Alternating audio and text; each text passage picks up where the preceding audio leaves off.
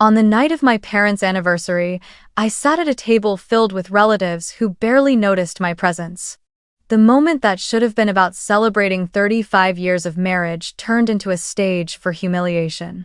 My sister's son walked over, grinning, holding a cup of soda. He looked me dead in the eyes and shouted, "Mom said you don't belong here," before pouring it straight into my lap. The cold liquid soaked my dress, the sticky sweetness clinging to my skin, while the entire table erupted in laughter, including my own parents.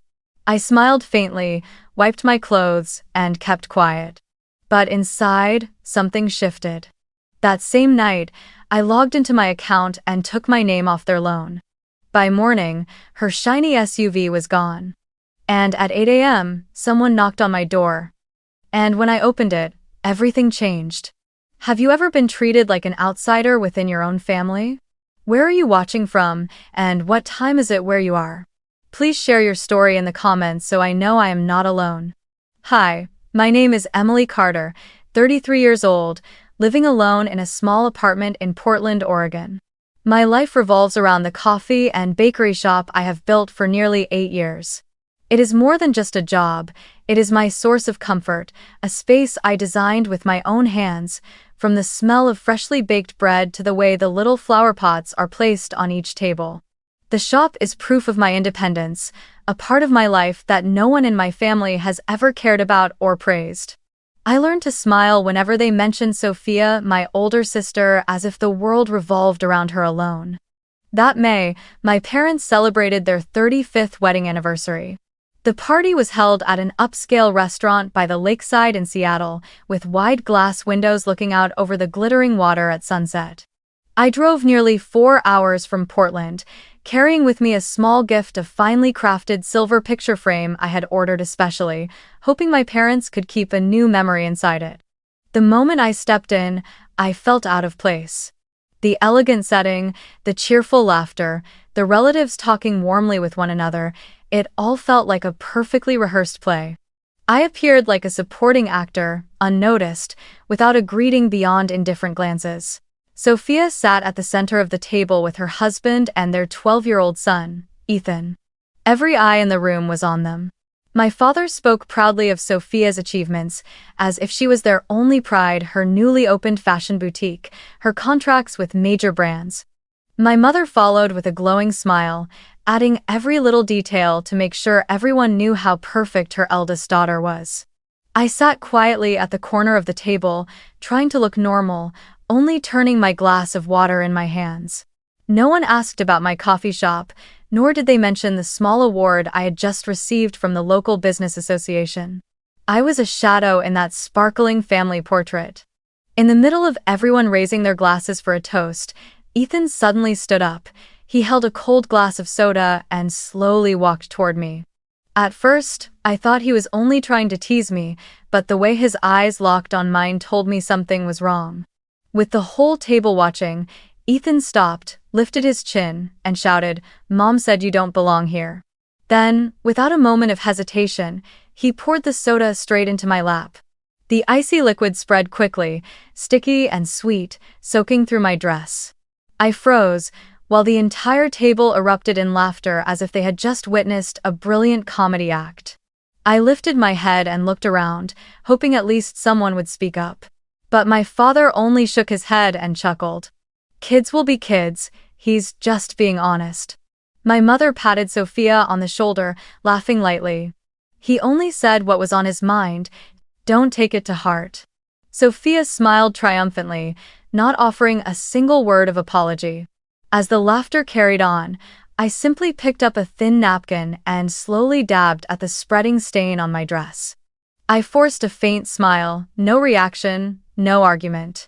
My whole body trembled, not from the cold, but from the undeniable truth that struck me at that moment: they had never considered me a part of this family. As I sat in the car leaving that anniversary celebration, I let memories wash over me in layers like waves hitting the shore, and suddenly everything became clearer than ever. That evening was not a beginning.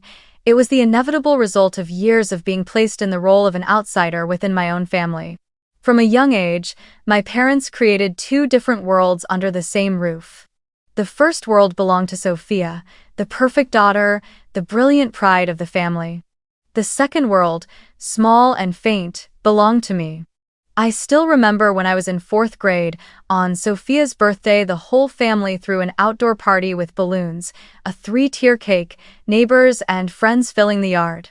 My parents stood together, eyes shining with happiness, proudly telling everyone that their eldest daughter had won an academic award and was definitely going to a top university. A year later, for my birthday, the small gift box contained only a store-bought card from the local grocery. No party, no special wishes. I remember smiling and saying thank you, but then I sat on my bed for a long time, clutching the card while tears streamed down my face. Sophia grew up receiving the best of everything. When she graduated high school, my parents gave her a brand new Toyota Corolla, while for me, 4 years after I graduated, there was only a message. Congratulations. Remember to work hard so you can buy what you need yourself. I tried to comfort myself that perhaps I was stronger, didn't need as much help as Sophia. But as I grew older, I understood that this favoritism was not because I lacked effort. It was because, in my parents' eyes, I had never been a child worthy of pride. When Sophia got married, all the favors and privileges continued to flow in her direction. From her first house to a trip across Europe, and later when she had a child, everything was either paid for by my parents or proudly flaunted to relatives. Meanwhile, I was studying while working part-time, struggling to cover tuition and rent. No one ever asked if I needed help, it was simply assumed that I was fine. I will never forget the only time I asked my mother for a small loan to fix my old car.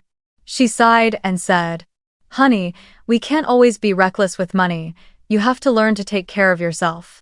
Yet, only weeks later, they bought Sophia and her husband a brand new sofa set worth several $1,000s as a wedding starter gift. As Ethan, Sophia's son, grew older, the favoritism stretched into the next generation. Every time Ethan was disrespectful, my parents laughed it off, saying, "Kids being playful is cute." Once, he mocked my weight in front of everyone, and instead of correcting him, my mother turned to me and said, "You really should lose some weight." He's not wrong. I had never felt so small. Even though I promised myself countless times that I would keep my distance, I still returned during holidays, still brought gifts, still held on to the hope that one day my parents would see I too deserved to be loved. The most painful moment came from my father, the one I once believed would be fair. He pressured me into co-signing a loan so Sophia could open her fashion store. At that time, I had just started my coffee and bakery shop, still struggling to raise enough capital, but my father said bluntly, "You're the only one in the family with a good enough credit score. This is family business, don't let us down." I remember sitting in my room that night for hours, pen trembling in my hand, knowing that if I signed, I would be taking on a risk that was never mine to bear. But I signed anyway, because I still longed to be recognized as a dutiful daughter, as a true member of the family. I thought that if I helped Sophia, maybe my parents would finally look at me differently. All those memories rushed back when Ethan poured the icy soda into my lap during the anniversary dinner. The uproarious laughter around the table was not just about a child's prank, it felt like a blade confirming that the years I had been pushed to the margins were never imagined. They had raised a child bold enough to spit on my worth because my parents had never considered me worthy of sitting at the same table as them. Remembering every holiday, every gift, every indifferent glance, I realized this moment was no longer a fresh wound but the final verdict on a past that had been abandoned. On the highway from Seattle back to Portland, the yellow lights stretched into blurred streaks ahead. Usually, after being hurt by my family, I would cry, torment myself, then find excuses for them, that my parents were getting old, that Sophia only wanted to impress, that Ethan was still too young to understand. But that night was different. I did not cry. There was none of the usual tightness in my chest. What I felt more than anything was a cold emptiness, as if I had stepped out through a door I had never truly been allowed to open. I looked into the rearview mirror at the city fading behind me and thought to myself, they never saw me as one of them. Never. As the car turned onto the familiar streets leading back to the small apartment where I live, I replayed the mocking looks from around the table. The laughter that followed the cold soda as it spread across my dress, my parents' applause, Sophia's triumphant face, all of it unfolded like a slow-motion film. I had endured 33 years, believing that if I tried a little harder, sacrificed a little more, they would finally open their arms. But tonight, sitting in the dark of my old car with the scent of asphalt mingling with the soda still clinging to my dress, I knew I had been wrong. There was no place for me in this family.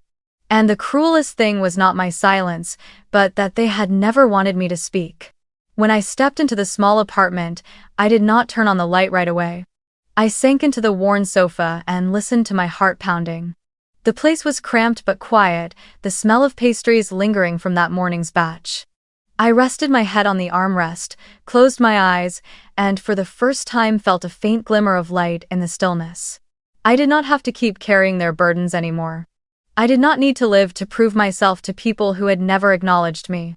Opening my laptop, the dim blue screen seemed like the start of something else. I logged into my bank account, scrolled through the cold numbers, and stopped at the loan information. The line, "Co-signer, Emily Carter," tightened in my chest. It was the invisible chain that had tied me to Sophia and my parents for the past 2 years. I remembered the day I signed the papers, my father placing his hand on my shoulder and saying, "You're doing this for the family. One day, you'll understand." But today I understood. I understood that it had all been a way for them to exploit my devotion to feed Sophia's privilege. My fingers trembled as I hovered the cursor over the withdraw authorization button. I hesitated for a few seconds, as if a last trace of guilt still lingered. Then I took a deep breath and clicked. The screen blinked, and a message appeared. "Your request has been processed." In that moment, it felt as if someone had just loosened a rope around my chest. I sank back into the chair and let out a quiet laugh, not a laugh of joy but of utter relief. I had cut it off. I no longer carried their burdens. I did not sleep right away that night. I sat by the small window, watching the streetlights spill into the silent darkness of the room. I thought about the years that had passed, the meager greeting cards, the parties where I was forgotten, the times I was mocked in front of others, and all the moments I had turned a blind eye in the faint hope that my family would change. All of it now lined up into a long chain leading to this exact moment. If it had not been for Ethan's soda, perhaps I would have kept enduring, kept clinging to the collar of so-called family ties, but now it was different. That glass of soda, and the collective laughter that followed, was the bell that rang the end. I closed the laptop and stood, walking to the small kitchen table where I usually prepared dough. My hand brushed the glass jar of yeast, a familiar object tied to my daily work. I realized that my life, my work, the joy I found in the coffee and bakery shop, had all been built by me alone, with no contribution from them. And if I could build so much by myself, I could surely continue without carrying anyone else's weight. Before going to bed, I looked at myself in the mirror, at the faint stains still marking my dress, and I smiled. It was a calm smile, not because I was pleased to imagine Sophia in trouble, but because I knew I had chosen the right path. For the first time in years, I felt free, a simple yet powerful kind of freedom. The freedom to refuse being the one who carried the weight for those who had never valued me. And inside me, a firm truth echoed. From this moment on, I owed them nothing. The next morning, I woke to the blare of a tow truck's horn outside. Fresh sunlight filtered through the curtains, and the mist of early dawn still lingered along the sidewalk. I stepped onto the small balcony of my apartment, a cup of hot coffee in hand. Just across the street, in front of Sophia's polished home, a bright yellow tow truck was slowly backing up. Neighbors had gathered in small clusters, whispering and pointing. Hooked tightly to the back, Sophia's luxury SUV, barely a year old, was lifted inch by inch. The scene was not loud, yet the silence laced with murmurs made it feel like a public declaration. The lavish image Sophia once flaunted had been stripped bare. I stood there, making no effort to hide, calmly sipping my coffee. For the first time, I felt no nervousness about the consequences. The car was hauled away, leaving behind an empty driveway and the uneasy stares of the neighbors. I knew the news would spread quickly through the neighborhood, the same people who used to gossip about the dresses Sophia wore, the European trips she boasted about on social media. And now, they would be talking about the SUV towed away in broad daylight. At 8 o'clock sharp, a frantic pounding on the door announced itself so urgently that before I could set my coffee down, I already knew who it would be. I opened the door, and just as I expected, Sophia stood there. Her face was pale, her blonde hair a tangled mess as if she had rushed over. In her hands she clutched a crumpled stack of loan documents, the pages wrinkled and creased as though she had balled them up in anger. Seeing me, she offered no greeting, no explanation. She immediately screamed, "You are destroying the family, all because of a child's prank." Her voice echoed down the hallway and caused a few neighbors to peek from behind their doors. I remained standing in the doorway, one hand on the frame, the other folded across my chest. I looked straight into her panicked eyes without saying a word. My silence felt like a thick wall, which only made her more unhinged. Sophia thrust the papers toward me, flipping through numbers and bank statements as if the ink could rewrite reality. "Do you understand?" she cried. "The shop rent, Ethan's tuition, the credit cards, it all depends on you. How could you withdraw your name from the loan? Do you think you can live separately? This is family." I did not move. I felt her fury and the desperation in her voice, yet strangely, I felt no guilt. Instead, a calm settled over me, as if after years of being placed beneath others my balance had finally shifted. Sophia kept speaking, her voice breaking. "Mom and Dad will never forgive you. They will see you as a traitor. Are you happy to watch us lose everything?" In that moment, I suddenly realized something I had never seen so clearly before. My strength had never come from making them happy, but from my right to choose. I had signed as a co-signer out of pressure, out of a desperate desire to be acknowledged. And now, it was also my right to cut it off. My silence left Sophia choking on her words. She waited for me to justify myself, to tremble and apologize, but all she got was a calm, steady gaze. After a long pause, Sophia exhaled sharply, her arm falling limp, the papers nearly slipping from her grasp. I saw her fingers trembling, not from the cold but from the dawning realization that I would no longer be the shield they could hide behind. Before turning away, she threw out one last line. "You'll regret this." I gave a slight nod, a careless acknowledgement, then closed the door. The click of the lock sounded like a full stop. I stood in the quiet apartment, listening to the steady rhythm of my heartbeat, and for the first time in years I did not feel dragged down by their unreasonable demands. The feeling was hard to describe, not triumphant joy, but a profound relief. As if an invisible chain had just slipped from my wrist. I poured myself more coffee, sat down on the sofa, and drew a deep breath. Outside, Sophia was surely calling our parents, crying, accusing me. But inside this apartment, all that remained was stillness and a new kind of power, the power to decide my own fate. The morning after Sophia's SUV was towed away, the days that followed became a storm of relentless calls and messages. My phone rang every hour, and every time the screen lit up it was my mother's or my sister's name. At first their voices tried to sound gentle, as if a small concession from me could return everything to normal. "Emily, don't make this worse. Sophia just made a mistake, you're her sister, you should let it go." My mother's tone was the same one she had always used to excuse my sister's faults. But right after the pleading came the subtle threat. "If you don't undo this, your father and I will consider you no longer part of this family." Sophia was different. The messages she sent to my phone came in a relentless stream, like bullets. At one moment she begged, "Emily, I spoke without thinking, please help me just this once. Ethan still needs to go to school, I can't manage alone." But only minutes later, her tone would flip. "I don't believe you dare do this to your own family. Do you really think you can live in peace? Don't forget who gave you this name." I read each line as it appeared, never replying, only saving them as if I were archiving proof of an old habit, their way of forcing me into submission through guilt. The worst of all was Ethan. He was only 12, yet his behavior already carried the arrogance nurtured by years of indulgence.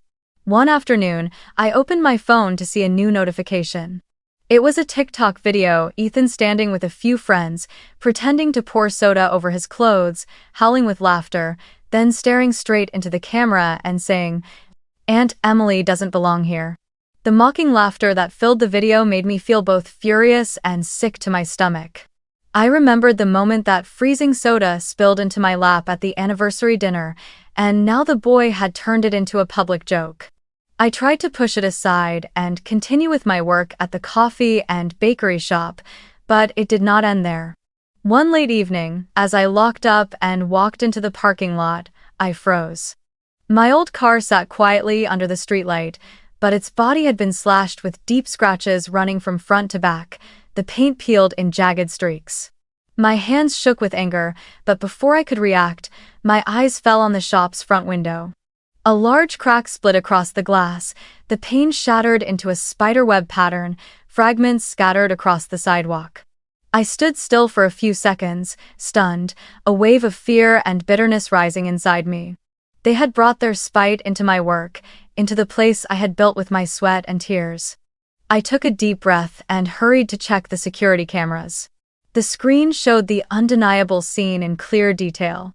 Ethan and another boy, both wearing hoodies, were laughing like they were putting on a show. One of them used a key to scratch my car, while Ethan swung a club at the shop window, filming with his phone as he went. When the glass cracked, they laughed in delight, and Ethan even turned to the camera and made a mocking gesture. I sat frozen in front of the screen, but instead of crying or collapsing like I would have before, a different feeling rose up inside me. Enough. I could not stay silent one more time. I could not keep letting them think I would endure forever, that I would bear all the consequences to preserve so-called family ties. That night, I did not take long to decide who should be the first to see the evidence. I immediately sent the video of Ethan and his friend vandalizing my car and smashing the shop window to Uncle Ray, my father's younger brother, a man I had always considered a quiet support within the family. Ray had worked many years in the legal field before retiring, and on many occasions he had been the only one to encourage me and tell me to stand tall when they put me down. When Ray received the file, his voice over the phone was calm but sharp. "Send me everything you have. I will look and tell you what to do. But hear me, if you let this pass, they will think you have no value. They will push further." His words were both a warning and a push I could not ignore. I felt myself strengthen. It was time not only to protect my property, but to protect my dignity and my safety. The next morning, Ray came to the shop with a stern face, carrying a bag of documents and his laptop. We sat in front of the screen, reviewing every frame, every second. The two boys in hoodies approaching, Ethan laughing as he struck the glass, holding up his phone as if he were filming a comedy. Ray pointed to each detail, noting the time, date, and camera angle, confirming that all the footage had timestamps and showed no sign of tampering. "This is solid evidence," he said. "We'll take it to the police, and I'll go with you when you make your statement. At the same time, I'll contact a civil attorney to explore compensation and possible charges for vandalism and defamation if necessary." A strange sense of reassurance washed over me, not because I wanted revenge, but because for the first time in years I felt that a legal process was standing on my side. That afternoon we went to the police station. The officer who took my report was a middle-aged woman named Investigator Lee. She listened carefully as I recounted everything. From the anniversary dinner, the words, "You don't belong here," to the TikTok video and the threatening messages.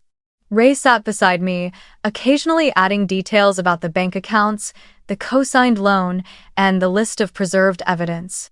After reviewing the video, Investigator Lee noted in the report, "Evidence of property damage, harassment, and potential involvement of a minor." She continued, "We already have a few complaints related to Ethan in his school record, but until now, there hasn't been strong visual proof like this. This time, it could lead to criminal charges or be entered into the juvenile system for intervention. We will open a case file, assign a case number, and appoint an investigator. You need to keep the evidence intact. Do not delete or alter any files." For the first time, I heard the words, "Open a case file," without feeling fear. Instead, there was a sense of tangible support. In the days that followed, the police called back to inform me they would be contacting Ethan's school to verify prior reports. They also invited several witnesses, regular customers of mine, who had seen the vandalism to come in and give statements. At the same time, Ray helped me draft a letter to the bank confirming that I had withdrawn my name from all documents tied to Sophia's shop, closing off any legal loopholes they might use to shift responsibility. He also reminded me of the possibility of a civil suit. In addition to the costs of repairing the window and the car, we could seek damages for emotional distress, since the actions were clearly intended to humiliate and harm my reputation. The legal path became clear. Criminal proceedings for vandalism and harassment, juvenile proceedings for Ethan, which could mean mandatory counseling, community service, and educational intervention, and civil proceedings to restore both financial and personal damages. Word of the incident began to ripple through the neighborhood. Some neighbors voiced support, while others grew awkward and kept their distance.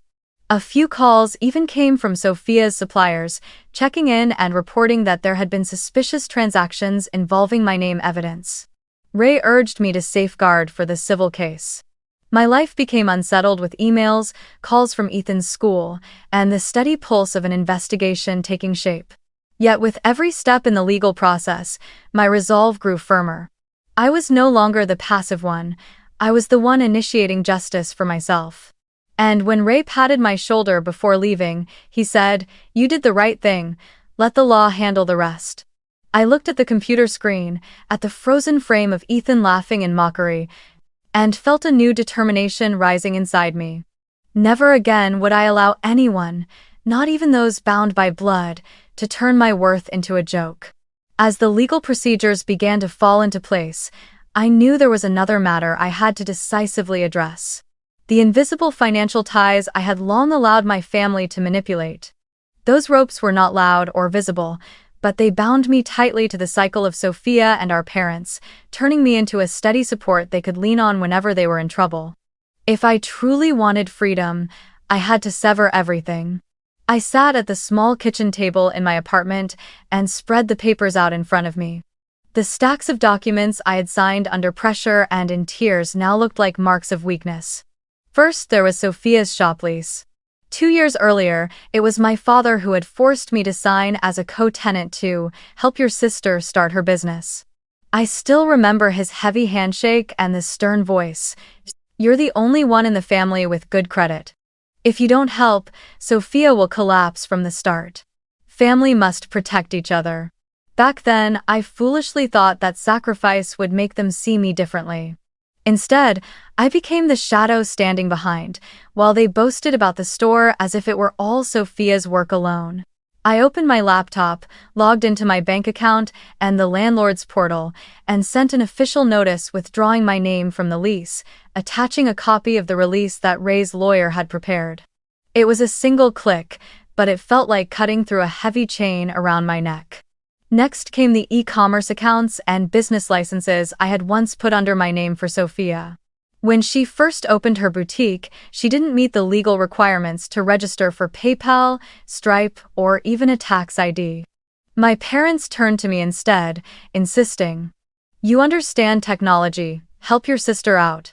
I handled everything, filling out forms, opening accounts, even filing taxes, yet in return I received only dismissive remarks. Now, staring at the lines of information tying my name to Sophia's shop, I felt a chill. If I left it untouched, any fraud or mishandling on her part could collapse onto me.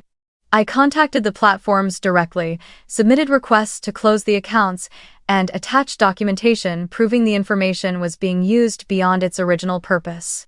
Each confirmation email that returned with the words, "Account has been deactivated," felt like a cold snip of scissors, cutting through strands of a web they had tangled around me for years.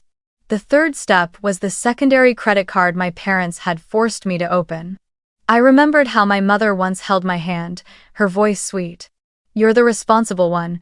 Put your name on a card for the family, just in case of emergencies." Foolishly, I believed it would make me an important part of the family. But those emergencies quickly turned into countless shopping sprees for Sophia clothes, jewelry followed by bills shoved at me to cover for now. I had paid more than I could count, just to keep the peace. Now, I called the bank directly, demanded the cancellation of every supplementary card, and made it clear I would no longer be responsible for any charges. The bank representative confirmed in an even voice. The secondary accounts have been terminated. You are now responsible only for your primary account. I closed my eyes and felt relief spreading through me. Step by step, I unraveled every tie that had sunk me deeper into my parents' and Sophia's control. I organized all the paperwork, compiled it into a single file, and attached the statement prepared by Ray's lawyer. When I finished, I sat quietly in the midday light, an unfamiliar calm settling over me. I knew that my actions would bring serious consequences for the family, but that was the price of truth. They had grown used to living off my sacrifices, and now they had to learn to stand on their own feet. Just a week later, the results were unmistakable. Sophia's boutique closed. A sign reading "closed until further notice" was taped to the glass where the flashy grand opening banner my mother, once photographed and boasted about, had hung. I heard from a few acquaintances that the landlord had posted an eviction notice because there was no longer anyone guaranteeing the lease. The deactivation of the online merchant accounts caused the boutique's web store to collapse as well. Sophia called me incessantly, her voice hoarse with screaming, and my mother left long messages condemning me as cruel to my own blood. But I no longer trembled or felt tormented inside. The family fell straight into debt. I overheard through relatives: credit cards frozen, Ethan's tuition unpaid, the previous loans suddenly demanded by the bank. The glamorous image they had built began to crack into pieces. And for the first time, I did not feel guilty. I felt that I had done what was necessary to survive, to protect the life I had painstakingly built for myself. One rainy afternoon, I sat in my coffee and bakery shop, watching customers come and go, listening to the hum of laughter and conversation as the sweet smell of pastries filled the air. My heart felt lighter, as if it had been washed clean. I knew the battle was not over, that they would still try to pull me back into the old cycle. But, by now, I had something they would never have: freedom. And I silently vowed that whatever the cost, I would hold on to it. I thought that withdrawing my name from the loans and closing all the connected accounts was the final period at the end of the sentence. I thought the family would slowly accept the truth that I was no longer their backup wallet. But fate seemed to have its own way of exposing the secrets they had tried so hard to bury. And this time, I was no longer the victim, but the witness to every mask falling away. One late afternoon, as I was cleaning up the cafe, my phone buzzed. An unknown number. I hesitated for a few seconds before answering. On the other end was a trembling female voice. "Excuse me, are you Emily Carter?" I confirmed, and she introduced herself as Hannah. She had once worked as a sales clerk at Sophia's boutique. I vaguely remembered her face, a young woman who often stood behind the counter whenever I stopped by, though we had never spoken much. Hannah's words came quickly, as if she feared she might lose her courage if she slowed down. "I don't want to get dragged into this, but I can't take it anymore. I have messages where Sophia and your mother talked about setting you up." My body went cold, my heart racing. Hannah continued, her voice breaking. "They said you were unstable, that they had to make everyone believe you weren't capable of handling finances. I accidentally saw it in a work group chat, and I saved it." I arranged to meet Hannah at a different cafe, a few blocks away from mine, to avoid curious eyes. She arrived looking anxious, clutching her phone tightly. On the screen, she showed me screenshots of messages.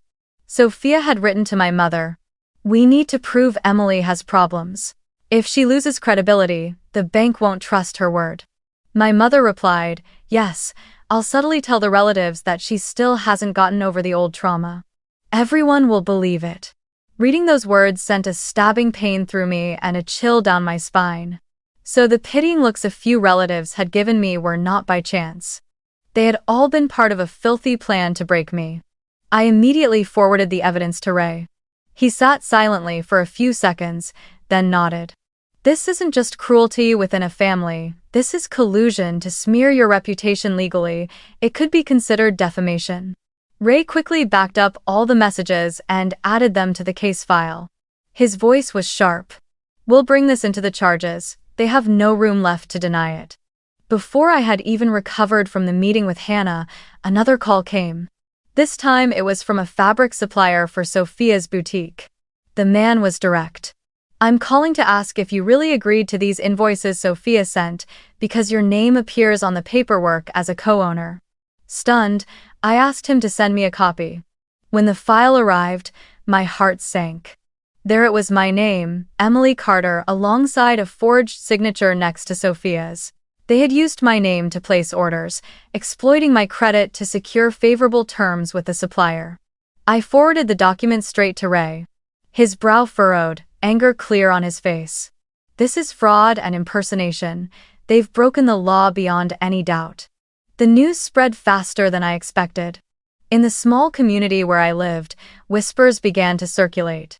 From Sophia's boutique shutting down, to the bank repossessing her car, to murmurs that the Carter family was not as perfect as the image they had polished for years.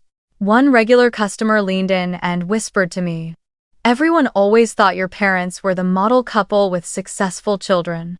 But I hear it's all unraveling now." I simply stayed quiet and gave a faint smile. I didn't need to add anything, truth was already speaking loudly enough. Ray immediately added the new evidence to the legal file: financial fraud, impersonation, and systematic harassment.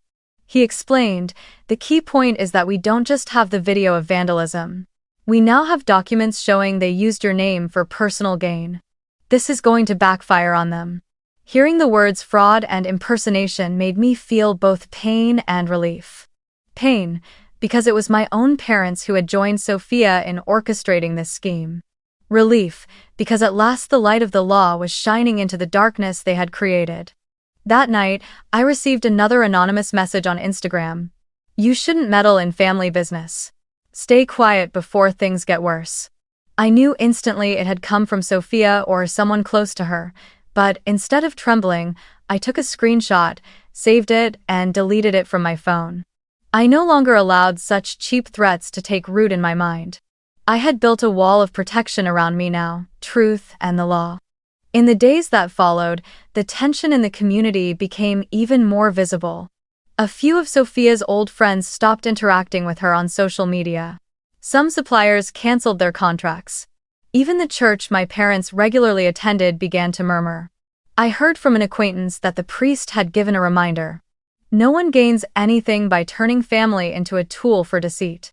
It was the first time I felt the blind faith of our relatives and neighbors in the perfect Carter family begin to crack. I did not rejoice in their downfall. I felt no glee when I heard the boutique was on the verge of bankruptcy. What I felt most deeply was fairness. They had once wielded family ties as a weapon, had exploited my credibility for their gain, had pushed me into the shadows so they could shine. Now the light was turned directly on them, exposing every fracture.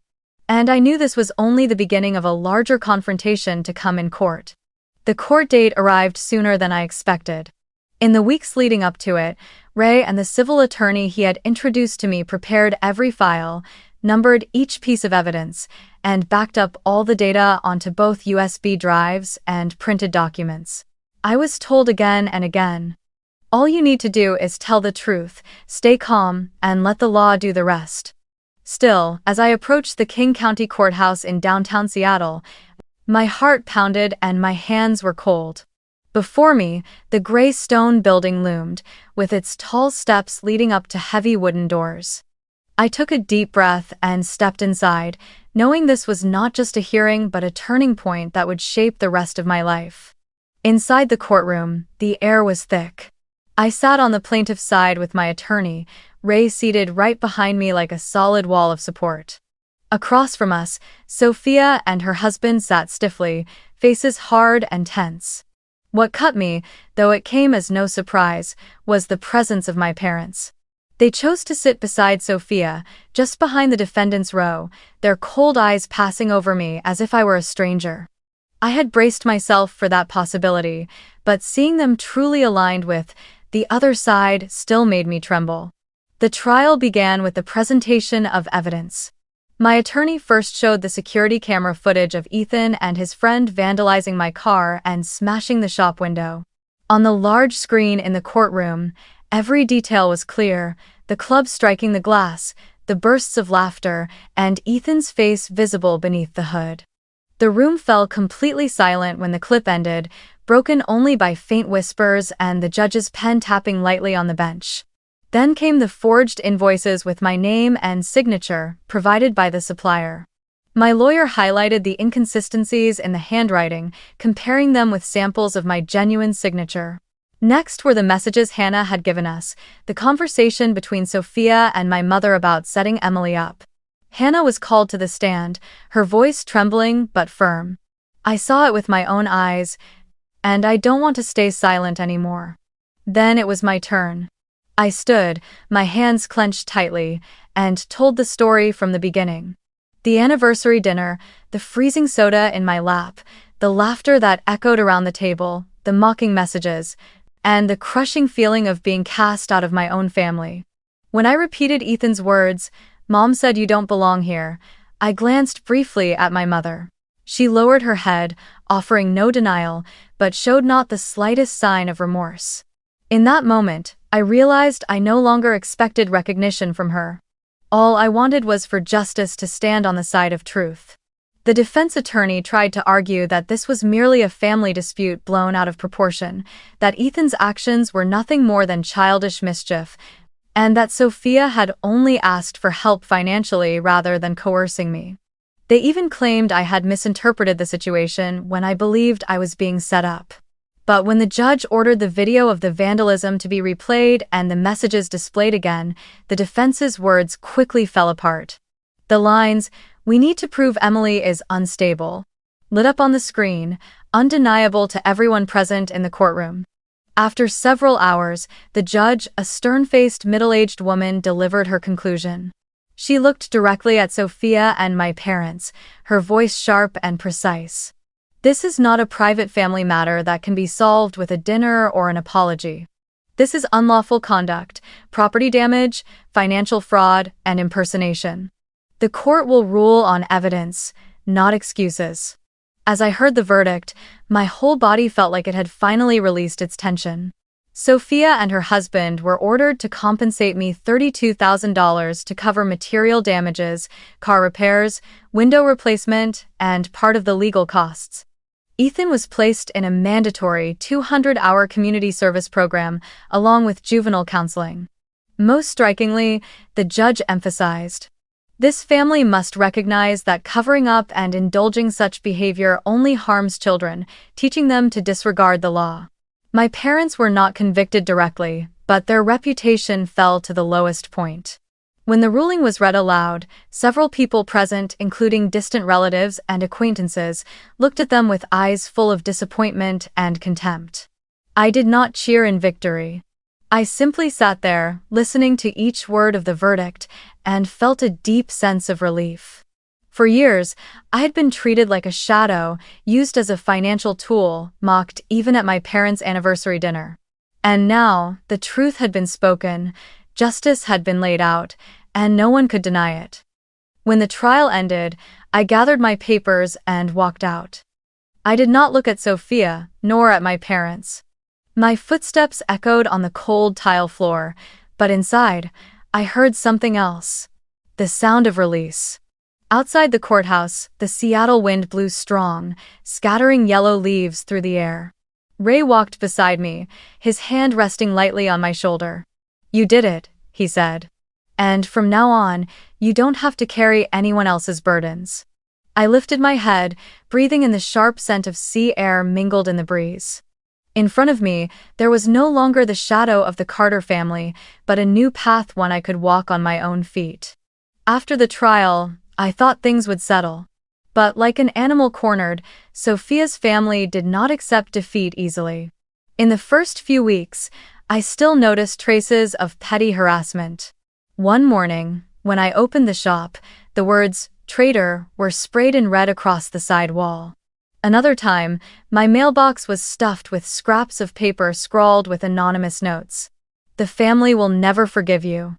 But this time, I did not tremble. I photographed everything and sent it straight to the police, and the difference was, they no longer ignored it.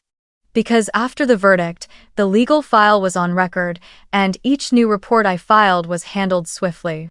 One familiar officer even told me, "Don't worry, we won't let this escalate any further." The difference was not only in the protection of the law, but within myself. I no longer saw those acts of harassment as a measure of my worth. Now they were nothing more than noise outside the glass, no longer able to pierce through. I poured my focus into the coffee and bakery shop, which had suddenly become livelier than ever. Customers came not only for pastries but because my story had spread throughout the community. A local newspaper published an article titled, "The Woman Who Stood Up Against Toxic Favoritism." It told of how I built the shop on my own, how I dared to resist injustice within my family, and how I chose to protect myself.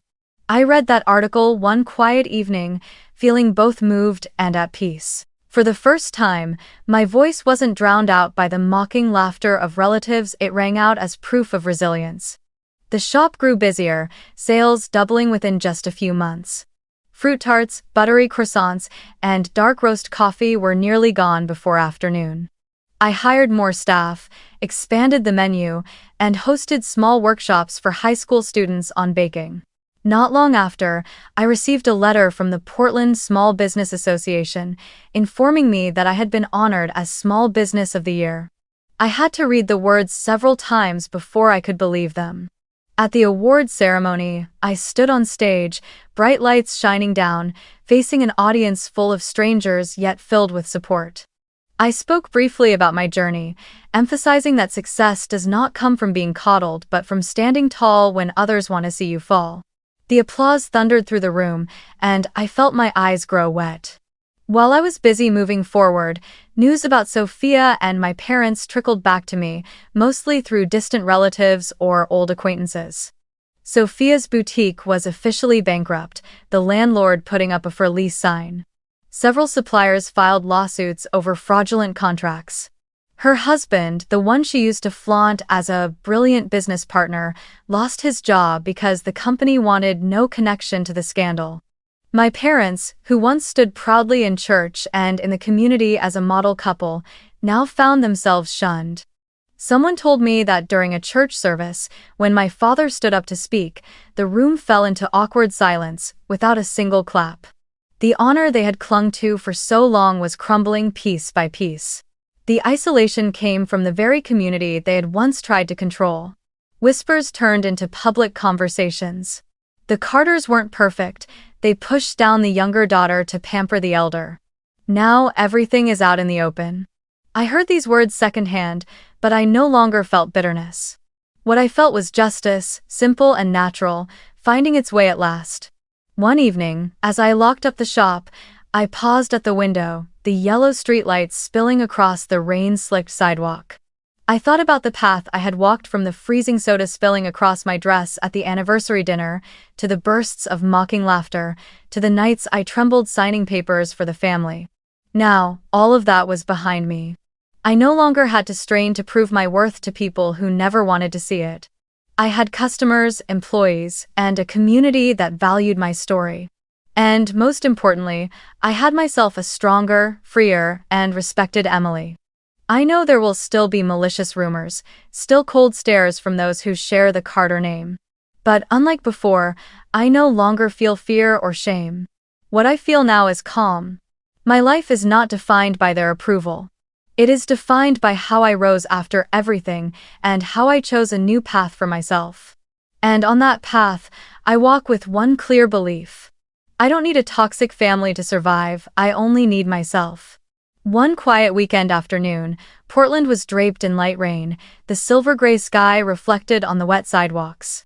I was wiping down the counter, rearranging the trays of pastries nearly sold out for the day, when my eyes caught the large front window. Outside, standing silently beneath the awning, were my parents. They didn't knock, didn't wave, just stood there, their eyes searching inside as if looking for something. For a moment, I felt surprised, but instead of the sharp ache that used to grip me, my heart only rippled softly and then stilled. I kept wiping the counter, adjusting the menu board as though I hadn't noticed them at all. A few minutes later, when the last faint light of the day shone through, I gently switched off the lights, locked the door, and drew the curtain. When I looked out one final time, they had already turned and walked away. No words, no tears, no staged reconciliation. Only two aging silhouettes, lost in the city that once proudly called them the model family.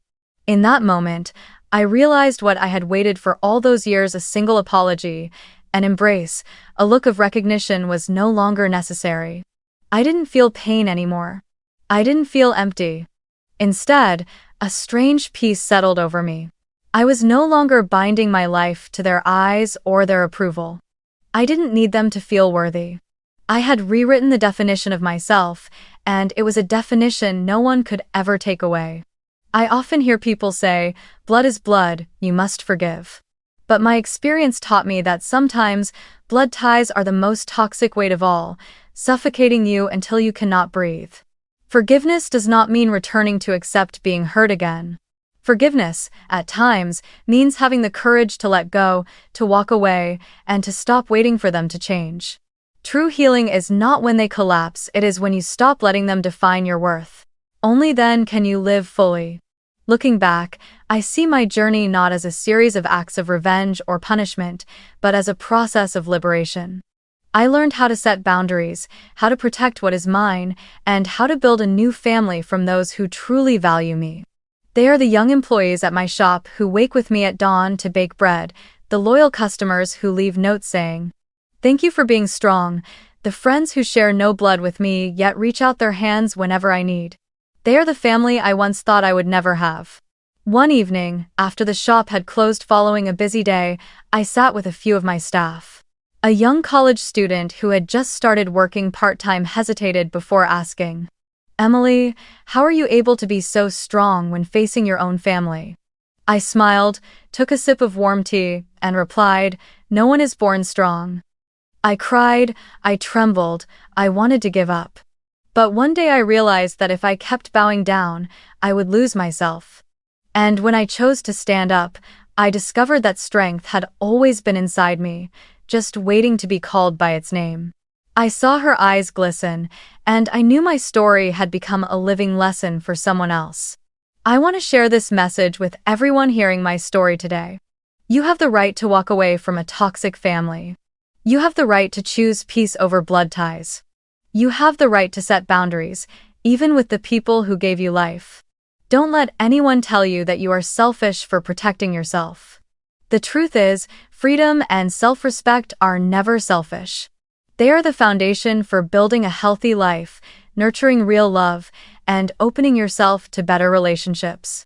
In the end, I learned that in this journey, victory was not seeing them fall, but no longer falling because of them. Victory was not the settlement money or the court's ruling, but the mornings I opened my shop, greeted customers with a smile, and carried no fear inside me. Victory was not when they lost everything, but when I found myself. Now, every day I live within a family I chose for myself, a family built on respect, on unconditional love, and on people who don't need blood ties to see one another with fairness. I have built a new life with my own hands, a life where I am heard, where I am valued, and where I am free to be myself. And when night falls, I go to sleep in peace, knowing I am no longer the shadow in the Carter household. I am Emily, and I have found my true family.